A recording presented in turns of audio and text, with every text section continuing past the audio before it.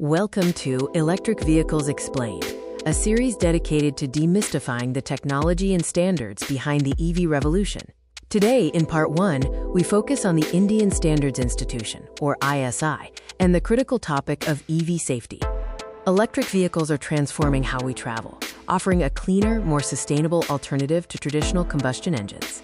But as this technology grows, understanding the underlying safety standards becomes essential. The adoption of electric vehicles, or EVs, is accelerating globally. These vehicles rely on powerful battery systems and complex electrical components, pushing the need for robust safety regulations.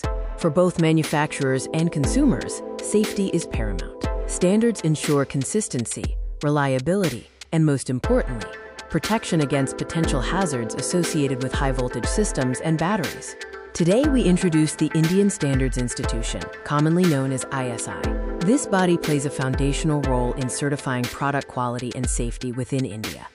ISI is responsible for formulating standards across various industrial and consumer sectors. It's a hallmark of conformity to defined quality and safety benchmarks. The ISI mark is perhaps its most recognizable symbol. When you see the ISI mark on an EV component, it signifies that the product has been certified by the Bureau of Indian Standards and conforms to the specified Indian standard. Historically, the ISI mark has been crucial in building consumer trust, assuring buyers that the products they purchase, including crucial EV components, meet rigorous safety and quality requirements. The rapid evolution of EVs means that ISI standards must continuously adapt. Specific standards cover the most critical parts of an electric vehicle. A primary area of focus for ISI standards is the EV battery and charging systems. These components are essential for performance and directly linked to safety, specifically concerning fire risks and electrical hazards. ISI certification requires standardized testing.